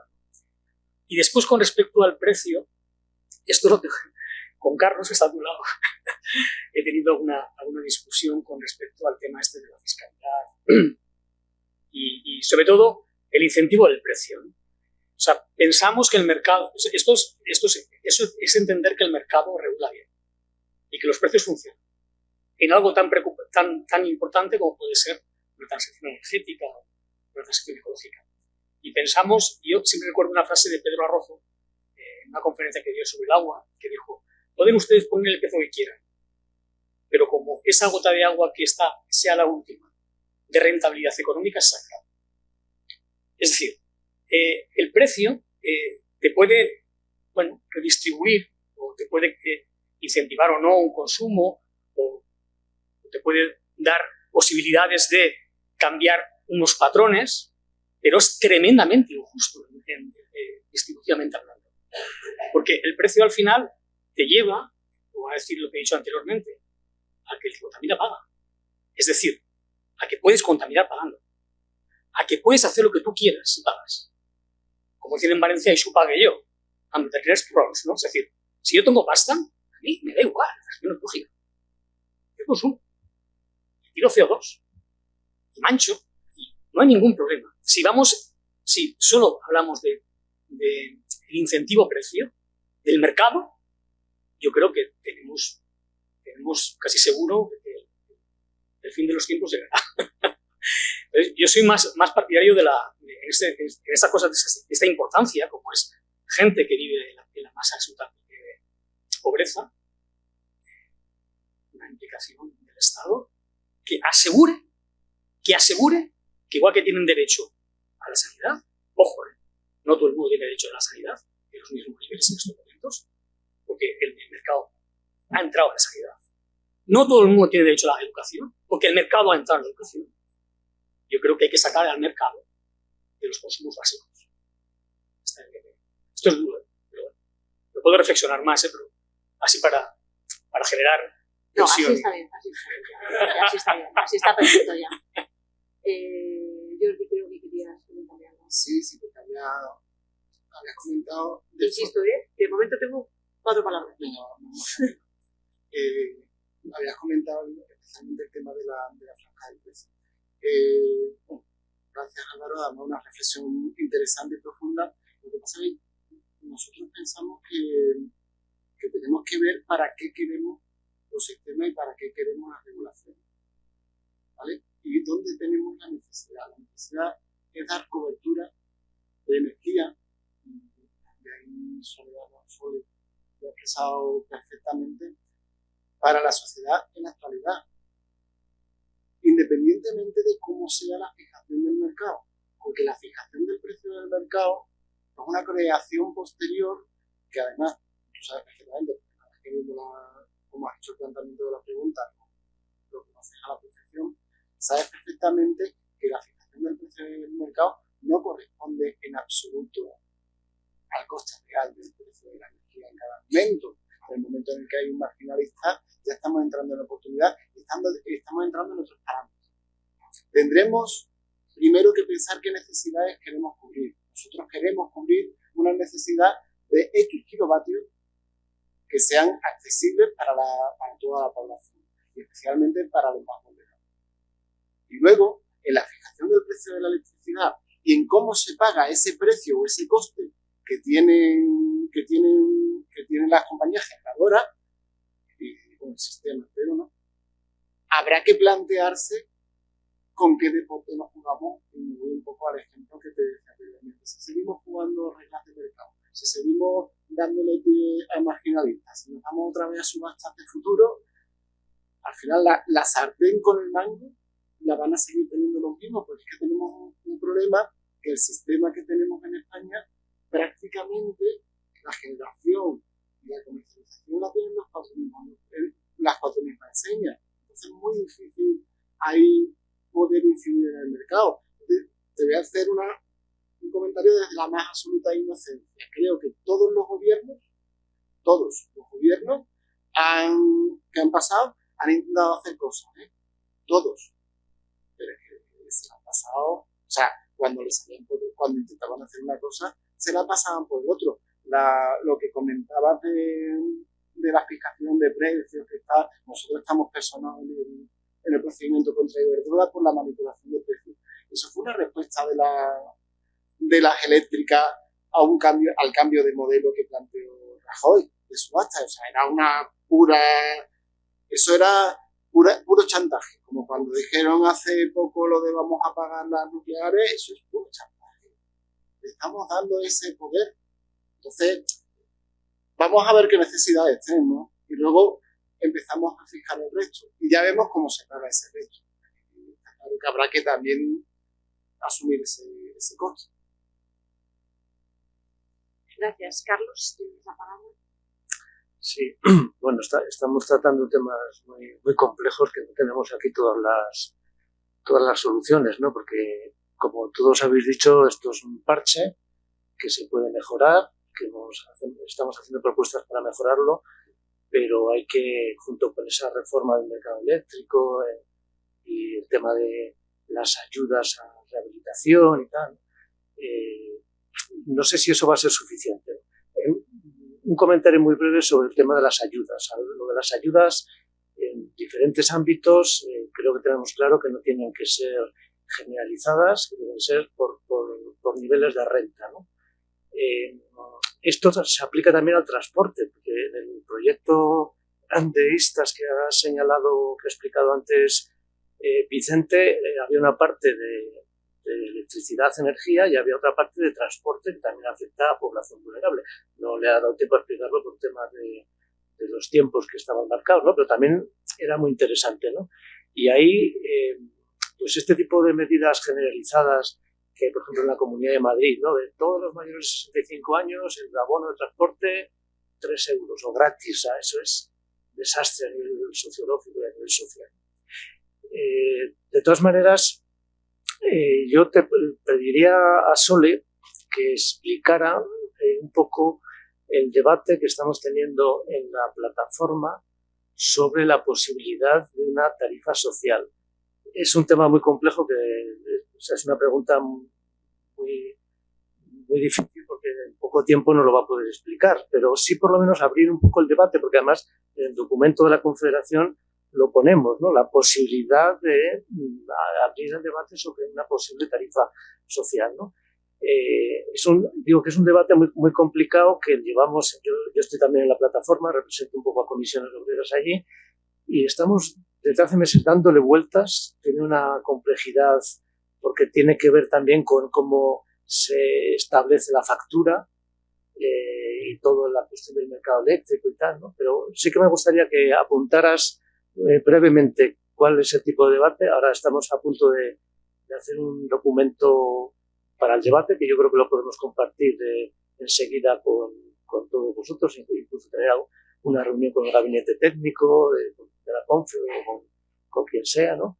Y bueno, a ver si a partir de ahí se puede alumbrar algún tipo de propuesta que vaya un poco más allá de estos parches. Vale, Carlos, pues nada, te contesto entonces. Además, brevemente, porque no hay que entrar en los detalles técnicos de este tema.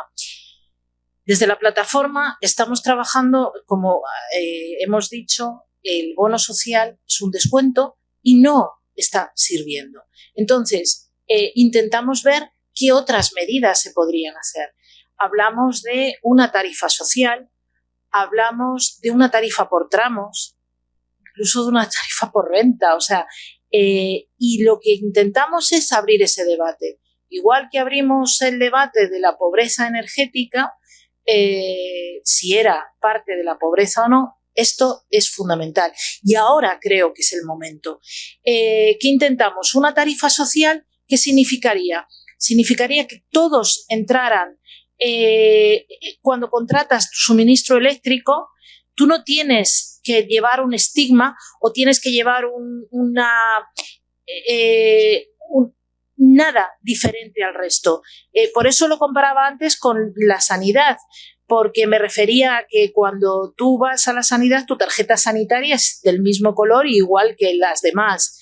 Pero todos sabemos que estamos pagando esa sanidad a través de nuestro IRPF y que lo estamos pagando en relación a nuestros ingresos, en relación a nuestras nóminas. Bueno, pues esto igual, cuando tú contratas un servicio esencial, un suministro esencial, la tarifa es la que te va a corresponder y te corresponde según tus ingresos y según tus condiciones. Si eres familia numerosa con ingresos bajos, con ingresos medios, con ingresos altos, tendrás una tarifa o tendrás otra.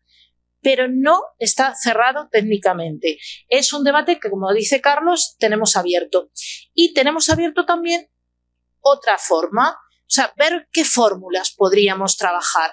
Eso es una tarifa social. ¿Habría una tarifa por tramos? Una tarifa por tramos sería que los tramos de consumo mínimo tuvieran garantizado un precio mínimo y conforme vas aumentando esos consumos, el precio también aumenta. Esto lo hemos visto, por ejemplo, en la factura del agua. Vale, pues intentar trabajar en qué tal sería ese tipo de tarifa. Una tarifa por renta, lo mismo, o sea, ver qué se podría... en realidad, la cuestión es, al final, en el fondo, que convirtamos el suministro eléctrico en un derecho. Y como un derecho que es, tú vas a pagar por él lo que te corresponda, lo que se pueda. Y no vas a llevar un estigma o un color diferente en tu factura, ni nadie puede ver qué pagas tú en tu factura o qué paga cada uno en su factura. Eso dependerá de tus ingresos. Y eso me parece que sería una fórmula de integrar a toda la población, pero necesitamos para eso una reestructuración del sistema. Y el PVPC, la reforma del PVPC, ahora nos da una primera oportunidad para ver qué propuestas podríamos presentar. Por eso estamos trabajando tanto sobre estos tipos de tarifas, metiéndolas en el debate público. Es importante que se hable de esto, porque hay que sacar todas las ideas que sean posibles. Gracias, Soledad. Tengo la palabra de Manuel.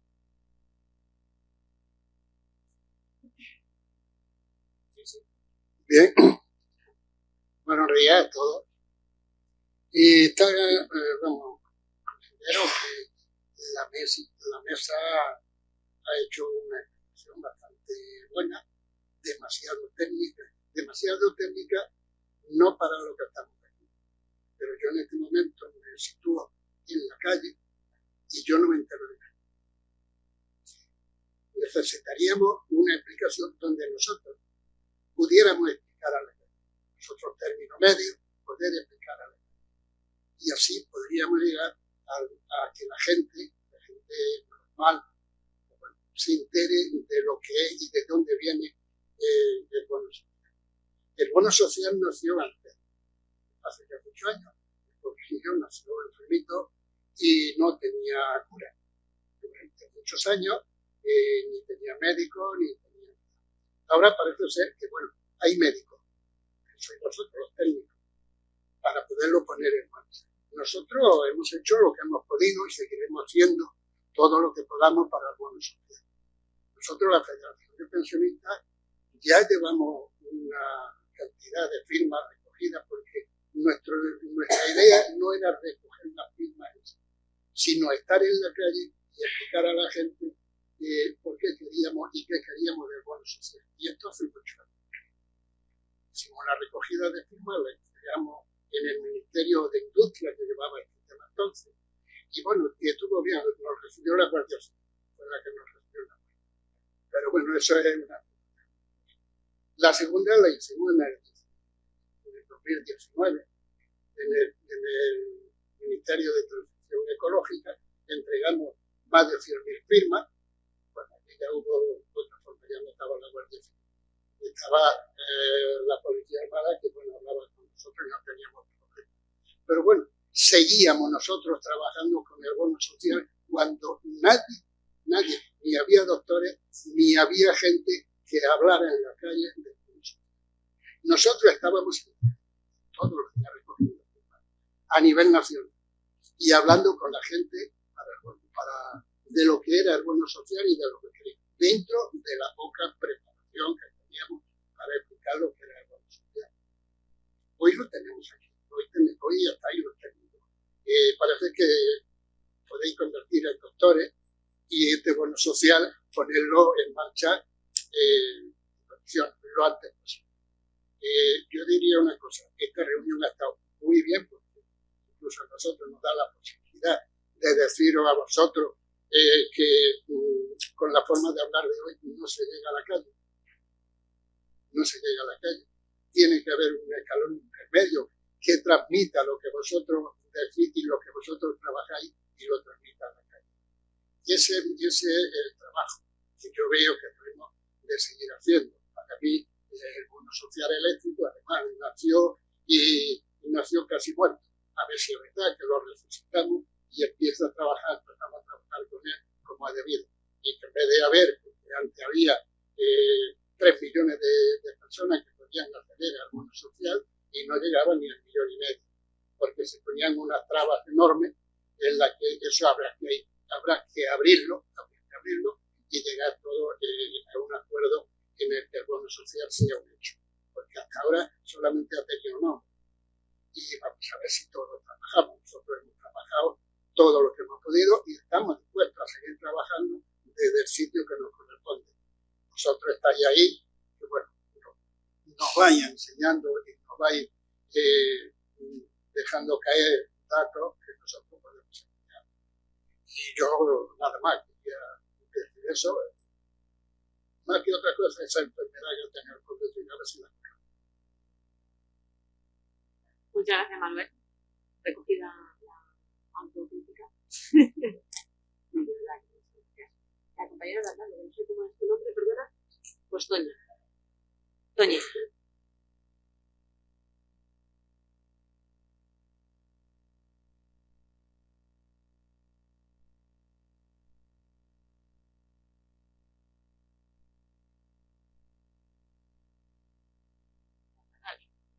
¿Me oís ahora? Me ratifico en lo que acaba de decir Manolo, pero no obstante yo voy a hacer mi intervención o mi pregunta o explicarlo a nivel de usuario, ¿de acuerdo? Soy usuario. Tengo aquí en pantalla, que me la he buscado y todo, la facturita, ¿vale? No sé si la gente se dedica a verlo, yo lo publico, la leo y digo, a ver, resulta que me pone consumo, este mes que le acabo de pagar, 10 euros con 4 céntimos. Término potencial 8, término potencial 2, otra vez 1 y pico, y luego me pone mecanismos de ajuste del Real Decreto tal 1022, no pone ni porcentaje ni nada, 7 euros más que el consumo. Pero luego ya, por si fuera poco, que la primera vez que lo vi dije, si yo le he pedido bono social, ¡ay, financiación del bono social! Resulta que el consumidor está financiando el bono social, que me parece divino, que colaboro con todo lo que sea necesario y más, tengo 4 ONGs, pero ¿por qué tengo yo en esta factura que pagar lo que la empresa debería hacer? O el Estado o quien proceda. Resulta que lo estamos pagando a los consumidores. Eso sería la primera denuncia por la cual deberíamos de estar en la calle todos. ¿Ha dejado de funcionar? No, sí. Entonces, bueno, pues vale, parece ser que ayer en la Federación lo dije, todos se sacaron su factura y efectivamente, esta es Naturgy. Pero Iberdrola hace exactamente lo mismo porque tengo una casita en el pueblo y también me hace exactamente igual. Entonces, ¿qué está pasando? ¿Me pongo yo a llamar y...? Sí, aquí pone, tampoco pone porcentaje, financiación de bono social, porque yo digo 1,06, desde 10 céntimos, o sea que debe ser el 10%, ¿no? Porque si tengo el 10% o más, sí, el 10%.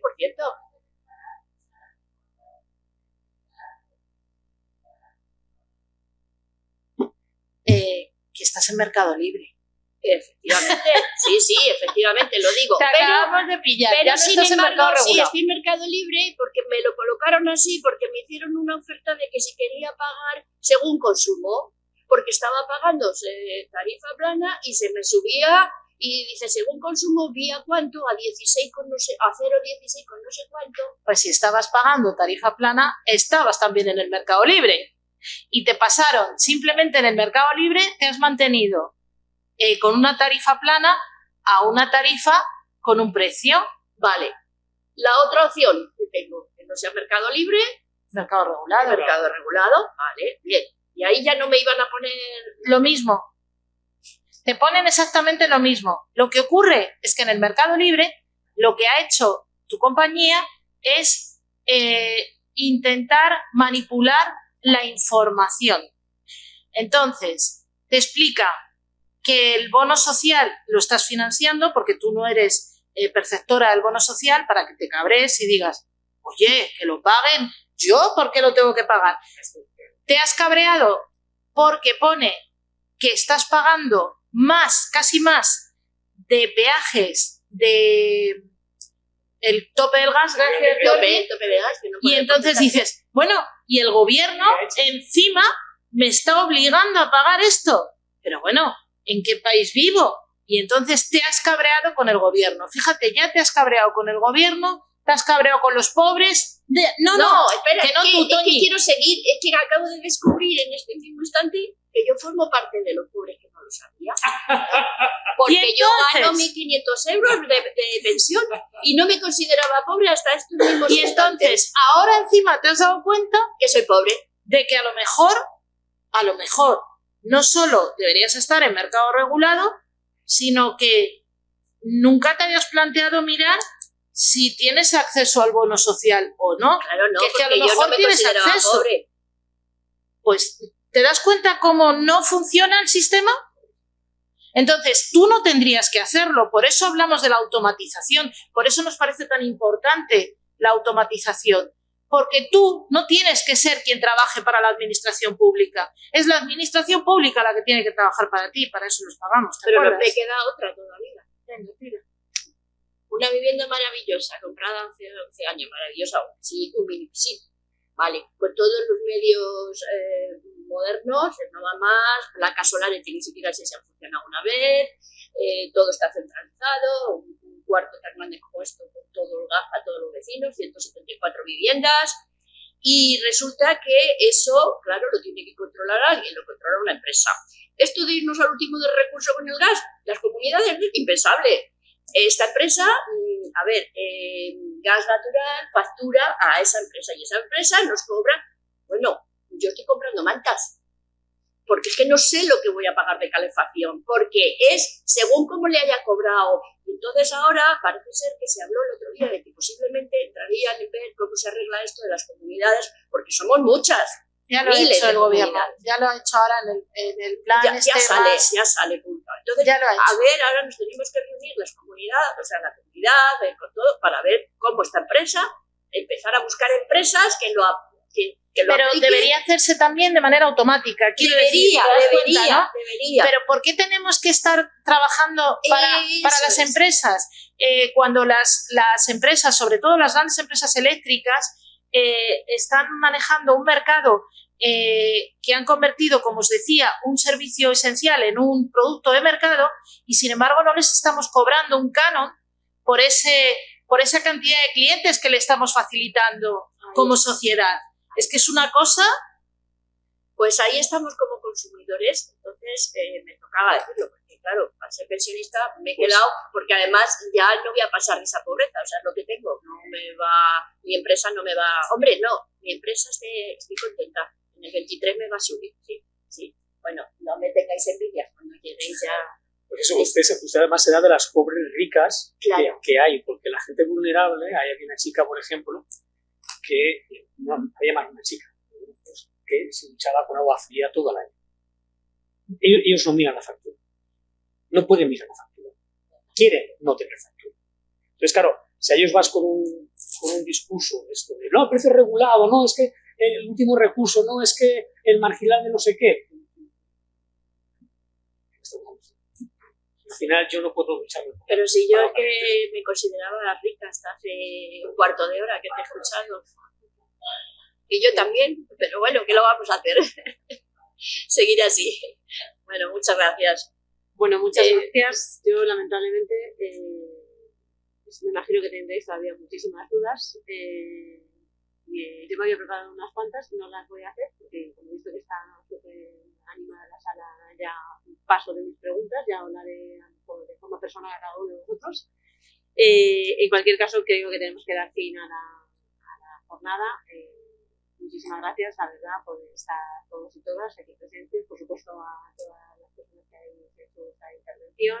Muchísimas gracias a todo el equipo, al resto del equipo de la Secretaría de Estudios y Formación Sindical, de Comisiones Obreras, a Javi y sobre todo a Ruth, que nos ha tenido que abandonar por otras cosas, pero efectivamente, bueno, pues están aquí de apoyo. Muchísimas gracias a Comunicación, a todo el soporte informático, a imagen, sonido, etcétera.